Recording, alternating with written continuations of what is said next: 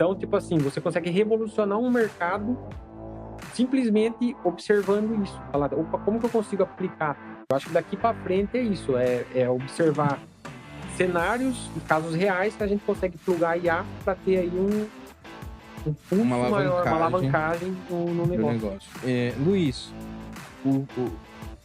quais estratégias você indica aí para um empresário que ele queira não só implementar IA, mas revolucionar o seu negócio? Uma estratégia, por exemplo, eu imagino que o empresário ele tem que ter essa visão macro do que acontece no dia a dia dele.